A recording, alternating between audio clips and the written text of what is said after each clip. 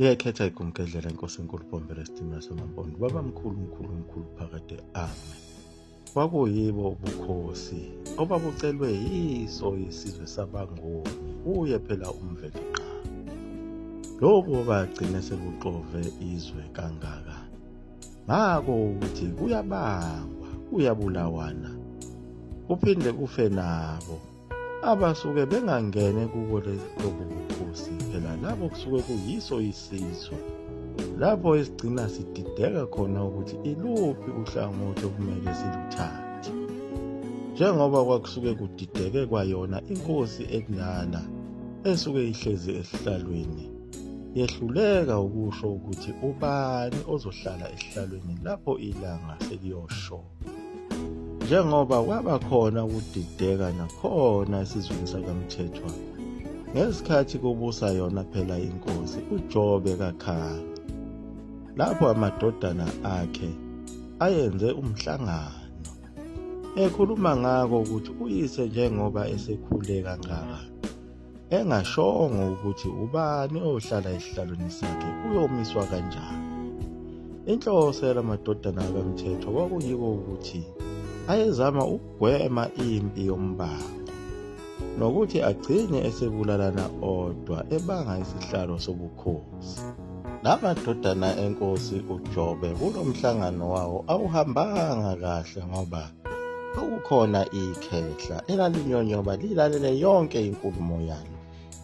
Elayithatha leyo nkulumo layihlandekezela, layozincengela ngayo kuyo inkosi uJobe ukuthi amadodana akho ahlangene kwelinye lamaqhugwana ayabhunga, abhunga ngesihlalo sobukhosi, ahlela ukuketula ndaba ezitha.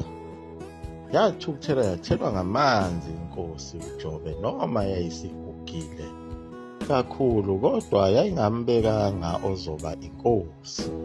Yiko lokho kutatazelisa amadodana ayo inkosi ngoba ebona ukuthi seliyashona ilanga kuye undaba ezitha kodwa akasho lutho. Wathi uma ezwa lamazwi okaKhanyi wathukuthela wathelwa ngamanzi, wabiza izinduna zakhe ukuthi aziphuthume. Zafika ngokushesha, ilapho khona azijuba ukuthi abayoqotha imbokodo nesisekelo kubo abantwana bakhe laba abahlangene kwelinye lamaqhugwana lapha endlunkulu, kungasindi noyedwa. Nangempela izinduna zaphaka amabutho ngokukhulu ukushesha ukuthi azivimbezele abantwana benkosi ziqothe imbokodo nesisekelo.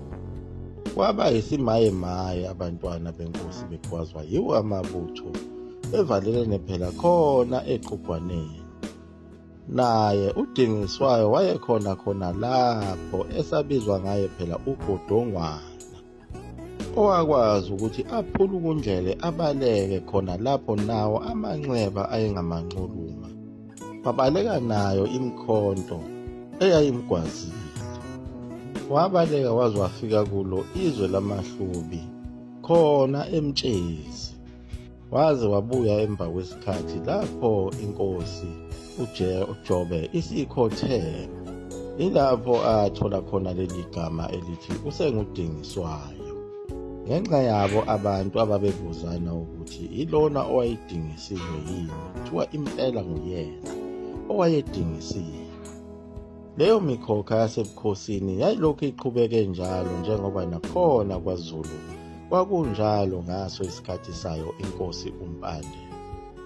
Njengoba inkosi uMpande yayihlezi emzini wayo kwaNodwengu, ihlezi elaweni layo, isibize naye phela uMasiphula kanye naye uMakhasana owayeyinduna yayo inkosi. Kodwa uMasiphula wayefike kuqala kunayo induna uMakhasana elethe umbiko othile. Baqede wabe seyaphuma uMasiphula, kwasala yena uMakhasana sebebhunga nayo inkosi uMpande ngodaba okade lulethwe wuye uMasiphula. Inkosi uMpande ilokhu ikhuluma isaga esithi leli wisa engaligawulelwa yisizwe liyangisinda, anginamandla okuliphatha. Ngikhumbula lifika nezikhulu nezinduna, lifika liluhlaza lagcotshwa unwali. Namuhla selithophele, liyabukeka emehlweni abaningi. Balibuka bathande umbala walo okhanyayo sengathithi umbala wempemvu.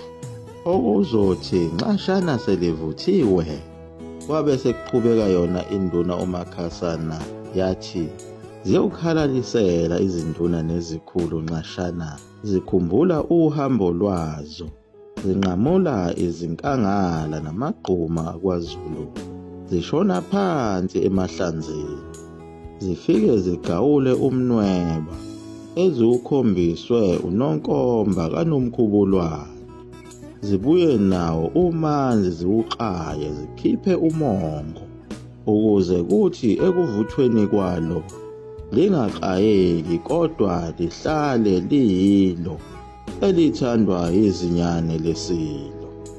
Induna uMakhasana yayikhuluma ibuka phezulu phela lapha kulo leli qhugwana babehlezi kulo, ibuka iwisa elalilenga emgibeni.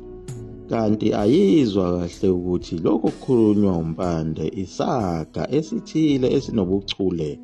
Wazwakala lapho uMpanda esethi, "Makhasana, awuzwa engikuhlosile. Wena ukhuluma ngewisa olibonayo, leli eliphanyekwe lapha emgibeni. Mina ngikhuluma ngalo cetshwayo osephethwe indelelo enkulu lapha emzini kababa. Mina-ke ngithi angisalithandi leli wisa." Wehlela ngezansi uMakhasana, wabe seyakhuleka, "Ndabezitha, Ndabezitha, ngiyezwa wena wendlovu, ngokungalithandi kwakho leli wisa, othi liwisa umuzi wakho wena kaNdaba, ngendelelo yokuthi phela nakho selithophele, akusenansuku zatshwala." Wajobelela lapho uMpande wathi ngife athathe ubukhosi bakwaZulu. Cha, ngeke ukubone lokho Makhasana. Inkosi kithi kayibekwa ngomkhaba, kumele ucetshwayo athathe izikhali. Ngoba mina ngibona indlovu enesihloti. Wethuka uMakhasana waze wabamba umlomo. Wabamba umlomo uMakhasana, "Uzothini?" usho uMpande.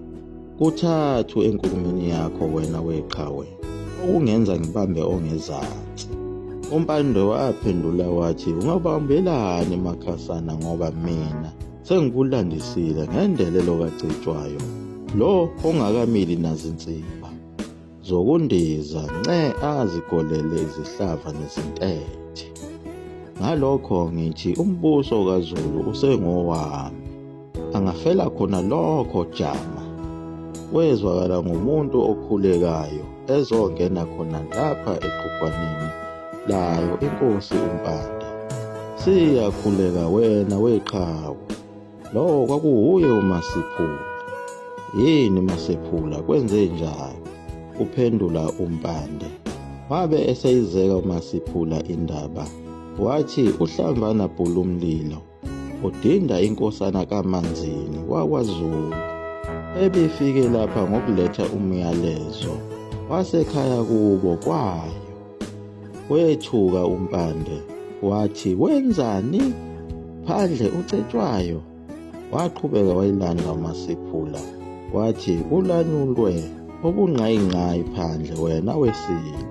Lapho ucetshwayo ebhamba uGagamela kaManzini, wachaya izandla uMpande, wabuka uMakhasana. "Uyezwa-ke Makhasana, le ndaba efika noMasiphula kimi izwakala iduma njengethanga lenci. Kade ngithini kuwe khona manje? Ngendelelo yalo mfana uhamba ithibela abantu emzini wami, ebagwaza yena ngoba bengamanxahe, bengenakuthibelana naye, baphosana nalabo abawuzalo lwamakhosi oselwa. Ngiyazibona izibonkolo ezimhlanyisayo. Ubenzani yena umfana kaZungu aze amshaye nje?" Waqhubeka uMasiphula wathi, "Wena weqhawe ucetshwayo bezihlalele nontanga yakhe amamboza, ukuhle. betekulisana bonke abamethameleyo. Wabe seqhamuka umfana kaZungu esephosa amehlo ezinsizweni ebezokhele uhleko. Pho ngokuphosa kwakhe amehlo waqhubeka uMasiphula ekuphoseni kwakhe amehlo athatha ahlangana nakaCetshwayo. Kwaba njengemamba ekuhlanganeni kwezinhlamvu yagahla inhlonhlo enguCetshwayo. Egadlela kumuphi umeqo na, kusho uMpande, obungase ubulalise uGagamela ezalwa induna yami pho? Waqhubeka uMasiphula wachaza ukuthi umshayele kona ukuthi umbukani. Yaphinde yabuza futhi inkosi uMpande ukuthi umshayele ukuthi umbukani. Yebo wena wesilo, esho nokuthi uyambuka akakhuleki, akhulekele yena. Wadangala uMpande emva kokuzwa lamazwi, wabe sethi angithi uyazizwela Makhasana, ngakho lokhu esengikulandise khona, ukuthi lo mfana uzibona ukuthi useqinile. Mina yise esengimkatshu obomvu, ngiphethe ngibe ngingaphethe isizwe sikaZulu, kepha nginguyise ngisaphila. Noma-ke bese ngifile, ubengethathe ukubuka kwakhe uGagamela akulandelise ngalo msindo ongaka. Lo msindo engiwuzwayo awuqonde Gagamela, kepha ungumkhonto oqondiswe kimi Jama, ukuze ngithi ngiyawuvula nje umlomo awuvale enxebeni. Angimesabi Jama, ngingafa khona manje, washo uMpande ediyazela, waze wabanjwa yizo izinduna zakhe oMakhasana kanye naye uMasiphula beyombeka phansi esikhumbeni. Iyagoqa lapha ekhona kayihlala ngizobona futhi umkhombe into emeswa phakathi.